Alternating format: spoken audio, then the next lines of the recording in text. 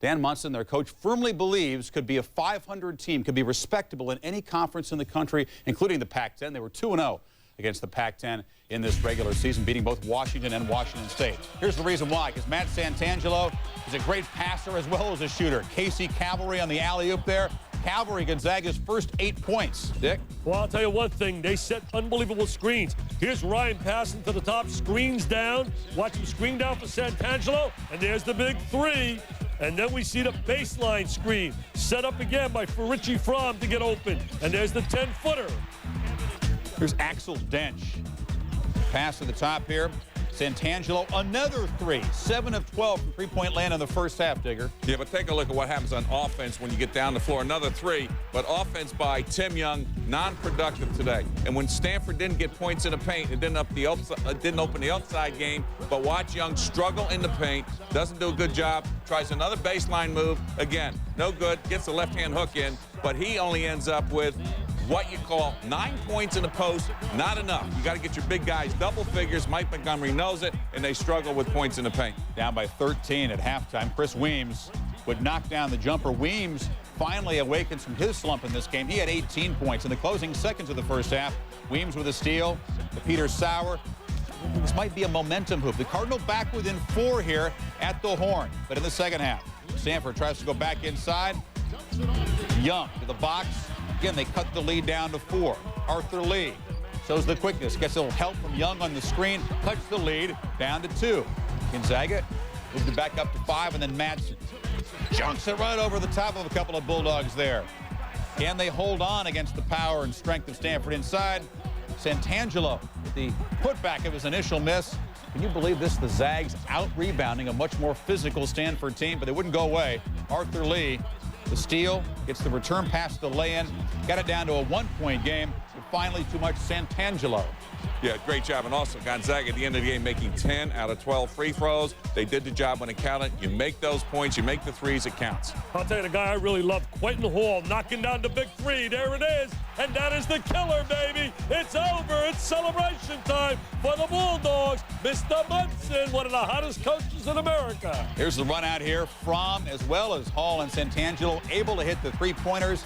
And Gonzaga, I'm not sure this is a monster upset. Stanford just did not play great basketball down the end of the season.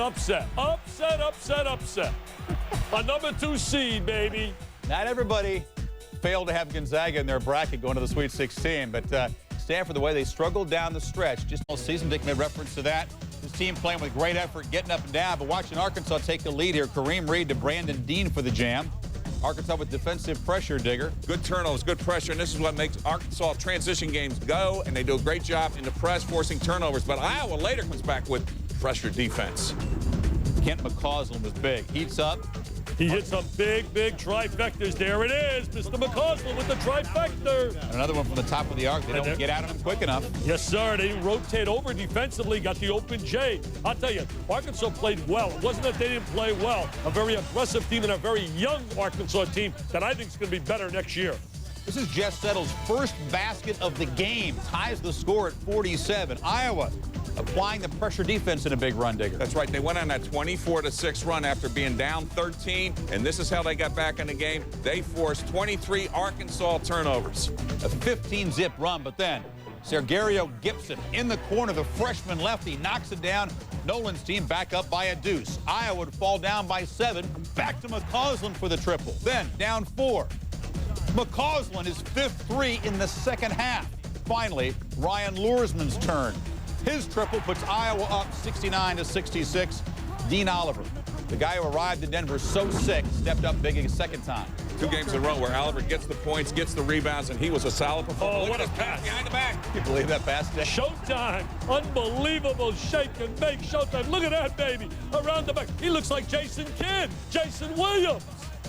Here's Oliver. We'll call this a shot. He'd like to think it was a pass, kind of this wild circus thing that...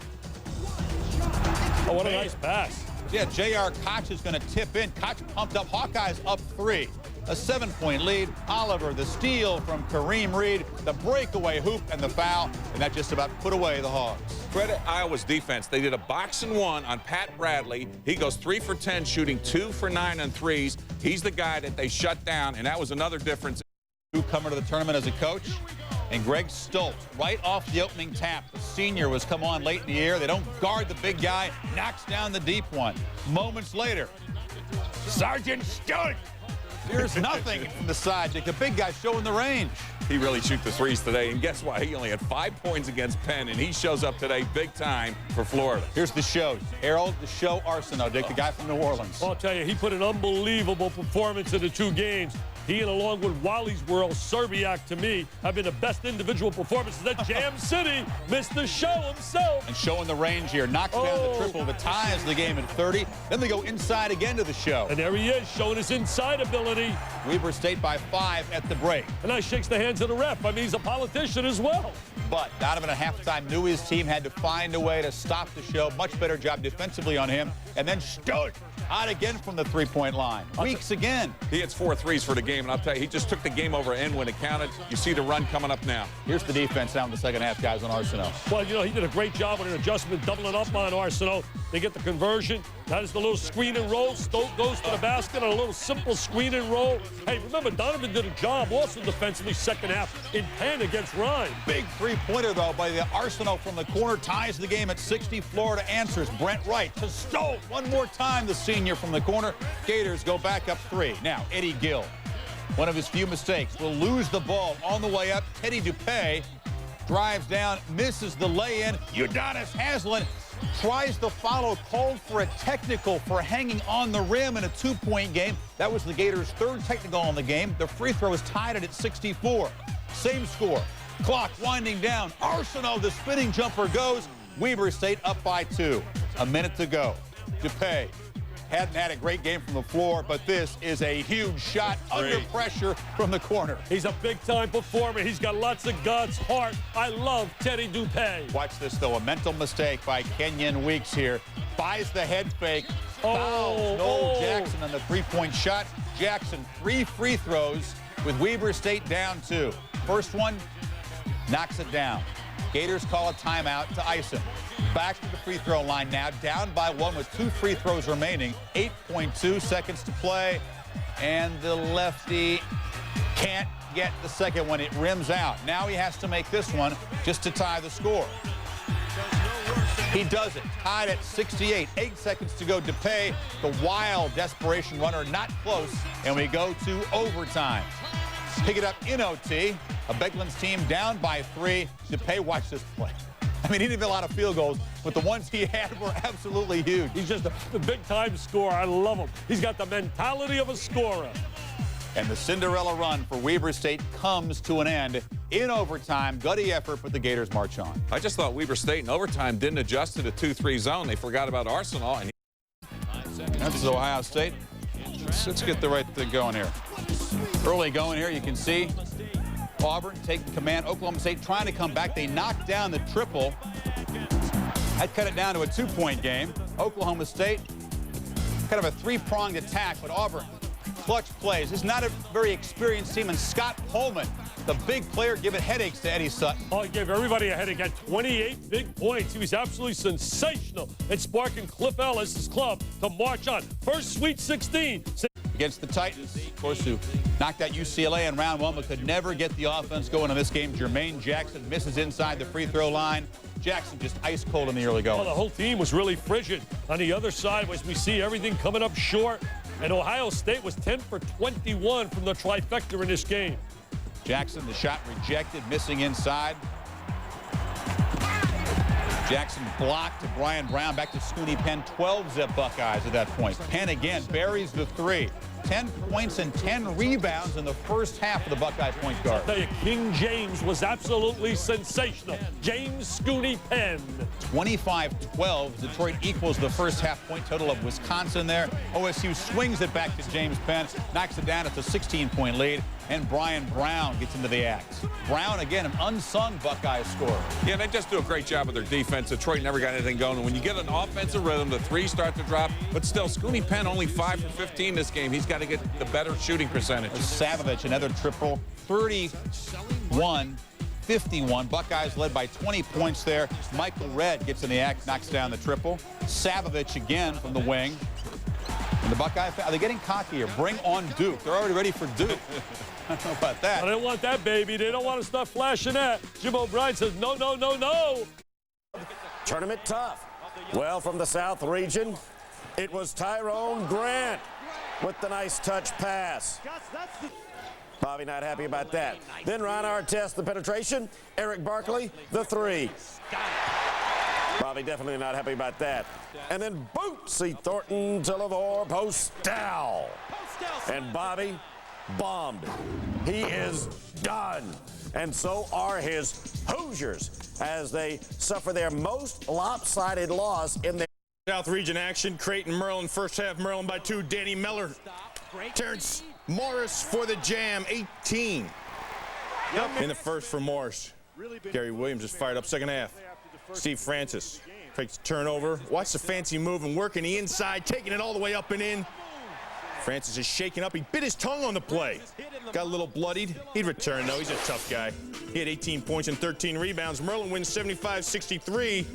Fourth Sweet 16. These have a top seed in the West and are looking to get Calhoun to St. Petersburg as more than just a spectator. But first, they'd have to beat the Lobos of New Mexico. Calhoun back after missing the first game with a intestinal virus. Kevin Freeman gets the ball inside, and he knows what to do with it. Part of a 17-0 run to start the game. Second half, UConn dominating. Khalid Al-Amin, he hits the three from the corner. And that was a 13-0 run to start the second half. It was all UConn the whole game. Started the first half and second half. El-Amin and Richard Hamilton combined for 42 points. A close game in this one, second half, under 30 seconds to go. Wayne Turner, no. Jamal McGlure gets the rebound. Scott Padgett the pull-up for three, and we're tied at 79. Last chance for Kansas in regulation. Ryan Robertson had a wonderful game. Dishes to Kenny Gregory, and we go into overtime. In overtime, tied at 84. Turner, Padgett, McGlure is there for the putback. Kentucky by 2. Cats made their free throws down the stretch to hold on to beat Kansas to advance to the Sweet 16. Taking on the second seed of Utah Utes in second half. Wally creating, draft, rising, his stock going up. His dad says, it's money, baby. Miami up by 11. Wally 6 of 11 from the floor. Then look at the hustle. Wally tips it to Rob Mestis. He only had 1 3 of the day. And that's it, but he raises his hands because he's sure that the Red Hawks will move on. Miami upsets Utah 66-58. Andre Miller led the Utes with 20 points. So Zerbiak is held to just 11 shots, but Wally was 10 for 10. Michael Johnson, he's fast. Ryan Humphrey, he's tall. Oklahoma up early. Shot clock winding down. Eric Martin. Outside, way outside. Oklahoma going 37-22 at the half. Second half, more Sooners. Michael Johnson, Eduardo, Nahera. I think Spanish, I think it should be Nahera, but it's Nahera. Nahera, open. Home run. Three's good. Sooners win. Oklahoma just the number 13 seed to make it to the third round of the tournament. That's the Sweet 16. The Sooners got there by knocking off the 4th-seeded Arizona team and then the 5th-seeded NC Charlotte on Sunday. The Sooners made a team postseason record 13 threes to beat NC Charlotte. That is to say, if Duke lost on Sunday, you'd think we would have saved the story till now. This doesn't mean there weren't other surprises in the East region, like this one. Southwest Missouri State looking for a shot. Almost lost, but then Ken Stringer off the backboard. Southwest Missouri State up at the half. Second half here, Danny Moore. Second three-pointer of the game. He had only 2 3-pointers all season. 19-point lead, then pouring on. Ron Bruton, the alley-oop. And then there's muscle spasms on the bench. A 30-point win for Southwest Missouri State in the Sweet 16. Off the mild upset of Villanova, looking for 2 in a row at Michigan State's expense. Keith Carter the miss, Marcus Hicks, and Tom Izzo is as calm as ever. Oh, the Boston, the info. Missed by 3 at the half. Then Mateen takes it over. Spartans by 4, and a mighty roar went up from the crowd. Late in the game, Spartans on a 13-love run. Cleaves, and they cleave to the victory. 18 points in the game. And another mighty roar goes up from the crowd. Michigan State 74-66. Cleaves gets 7 points and assists for 4 more points. That would be 2 assists in the 13-0 run. 18 points in the game. Spartans beat Ole Miss by attrition. 20 straight for State, none of them tougher. Twice in the past 5 years, Cincinnati had to use its speed and frenetic pace to defeat Temple in the tourney. But today, the 6th-seeded Owls playing much wiser against the number 3 seeded team in the East in hugs in black as usual. Yeah, his hair. Yeah. He's got his hair there. First half, Pepe Sanchez, the bonus ball. Sanchez had 14.7 rebounds and 4 steals. John Chaney's team up 11 at the half. Lamont Barnes, the hook, old school.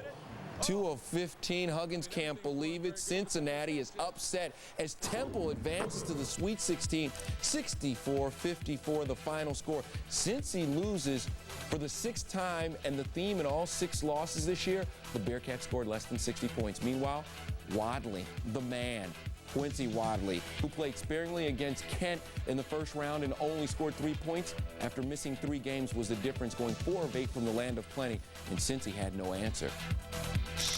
We just don't have a lot of perimeter shooters. And when we have open looks and don't make them, we're going to struggle. And we've struggled all year when we didn't make open shots. When we made open shots, we were pretty good. They sort of look for the ball and they try to set up for the ball, and when they find that they're being doubled, they get it back out and reset, and we give it back to them again. That kind of confidence breeds confidence, and it makes the kids feel good about themselves. And the Cupcakes continue to destroy the ovens. 2-10 matchup in the East, Miami of Florida and Purdue. When was the last time Gene Cady was called Cupcake? Brian Cardinal rules. 20 points. The Boilermakers up by 15 at the half. Second half, Miami makes its run. Vernon Jennings, that's team star. Or in English, that team's star. Hurricanes pull within 5. Later, Purdue wraps it. Cardinal takes it away from Tim James. You have been excommunicated. And in transition, Greg McQuay slams it home. Leonard Hamilton and the Hurricanes, bye-bye. Bad day for Hurricanes, 73-63. 21 days ago, said Katie. Hoops, the little team that could. Tulsa against the big guys, Duke, and it's Trajan Langdon back from the sore foot and a 3-ball. Coach K says, whatever. Second half, it's William Avery. Watch him get bumped and ran here. And he makes it anyway. He doesn't care, and Coach K says, same old stuff. Let me show you another championship ring. Final minutes.